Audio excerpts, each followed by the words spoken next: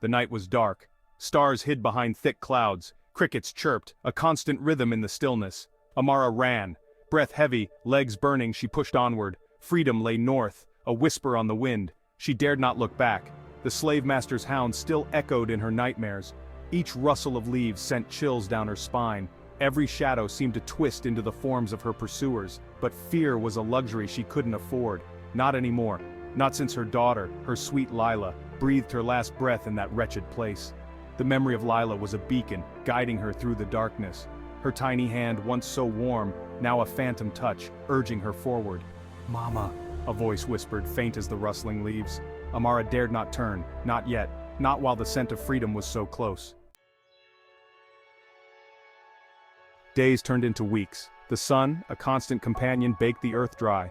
Amara found shelter in the kindness of strangers, a network of whispers and hidden paths leading her further from the plantation. Still, she was not free, not truly. Lila's ghost lingered, a constant presence in her wake. Sometimes the voice was sweet, singing the lullabies Amara used to sing. Other times, it was a wail of pain, echoing the horrors they had endured. Sleep offered no escape.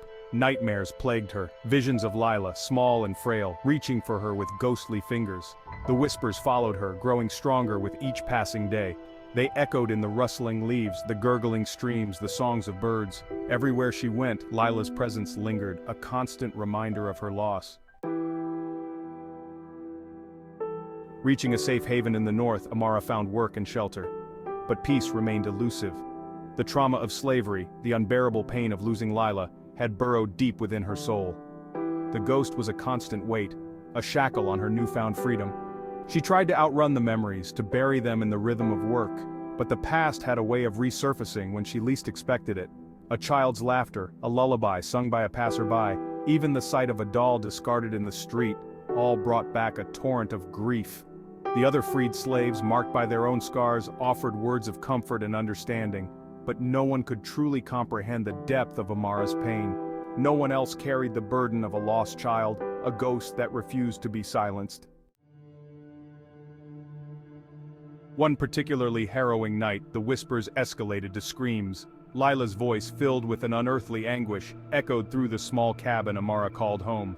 The air grew cold and a palpable fear gripped her heart. "Mama, why did you leave me?" The voice sliced through the darkness, sharp and accusing. "Don't you want me anymore?" Amara clutched her chest, the pain of loss a physical ache.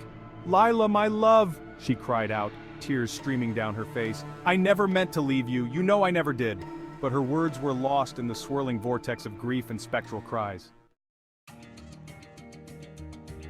Gathering all her courage, Amara confronted the apparition. She stood tall, the fear in her heart battling with a mother's fierce love. "Lila," she said, her voice trembling but resolute. "I know you're hurting, I am too, but you need to let go. You're free now, we both are. But I'm scared, Mama." Lila's ghostly form flickered, her voice small and filled with fear. "It's so cold and dark." Amara extended her hand, the same hand that used to caress Lila's hair, soothe her tears. "It's okay, my love," she whispered, her voice thick with emotion. "Come with me, we'll face the darkness together." As Amara spoke, a strange calm descended upon the room. The air, once thick with dread, felt lighter. Lila's form, bathed in an ethereal light, began to fade. Her tiny hand reached out, brushing against Amara's with a ghostly touch. "I love you, Mama." Lila's voice, a mere whisper now, echoed one last time. Then, with a final sigh, she was gone. Amara stood there for a long moment, the silence deafening yet strangely comforting. The weight that had been crushing her soul had lifted, replaced by a profound sense of peace. Lila was finally free, and in her freedom, Amara found a glimmer of her own.